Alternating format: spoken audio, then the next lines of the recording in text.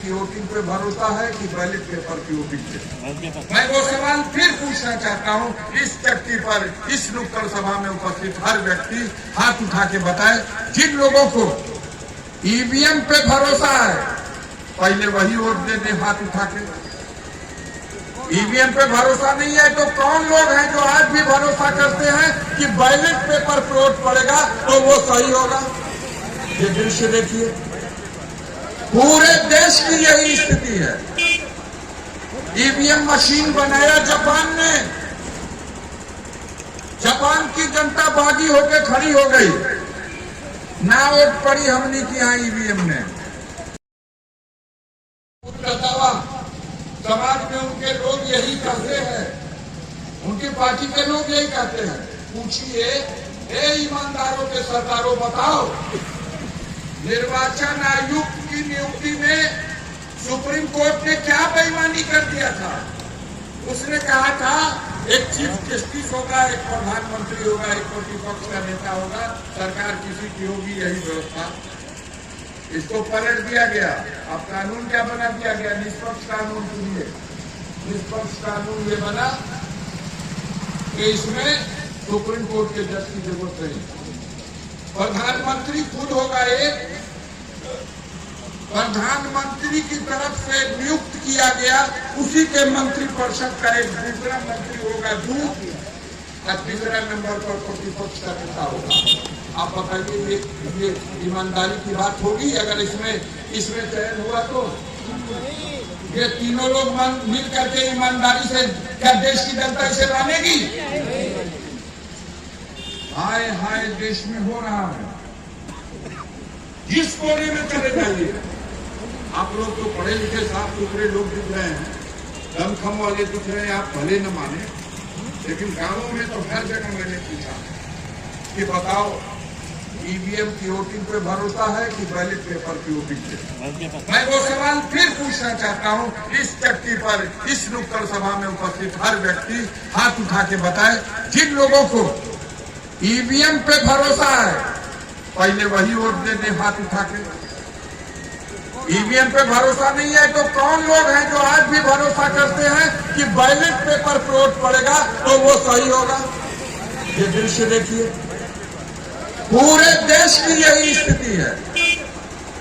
EVM machine बनाया Japan ने,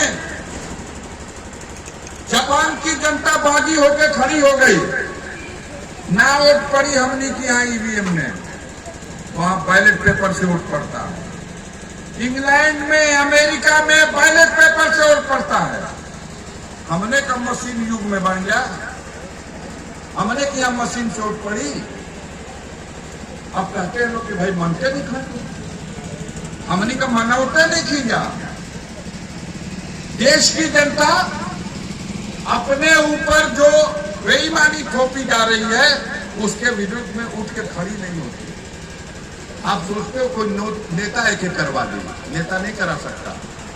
आप सोचते हो कि केहू उठ के खड़ा होकर क्या करी, मोदी मनबे ना कर दे? मैं आपको मिसाल देना चाहता हूं। अभी कुछ महीना पहले भारत की संसद में एक कानून पास हुआ। कानून पास हुआ था कैसे? तानाशाहों की सरकार घुटने पे आती है, ये बता रहा हूं। अभी कुछ ही महीना पहले मोदी की सरकार ने एक कानून पास कर दिया। उसमें कह दिया कि अगर किसी का एक्सीडेंट होगा, चापा पड़ेगा, दोनों गाड़ी वाला धक्का मार देगी तो ड्राइवर जैसे घायल भइल बा उठावे के पड़ी, लेके थाना में आवे के पड़ी, तो ओकर 5 साल का सजा हो। अगर ड्राइवर उठा के ना थाना पहुंचाई तो ओकर सजा 10 साल का हो गया। ये कानून देश की संसद में पास हो गया। जनता से मतलब ही ना रहा, तो जनता न एक पक्ष में, न एक समर्थन में, न विरोध में।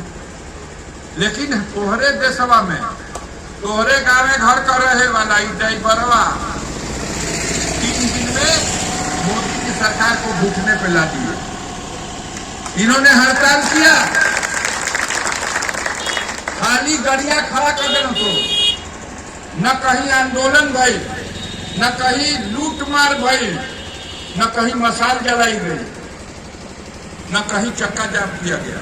खाली अपन लदल लदल गड़िया, बलिया गड़िया पटरी पे लिया के पंजाब में खड़ा किया तो बंगाल में खड़ा कर दिया, और बंगाल में खड़ा हुआ तो कश्मीर तक खड़ा हो गया।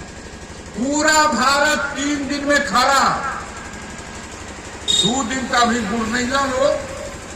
अब तीसरा दिन एकदम साष्टांग दंडवत बोल के सरकार ने कह दिया यह कानून लागू नहीं होगा, हड़ताल अपनी खत्म कर दीजिए। बोलिए सच है या नहीं है?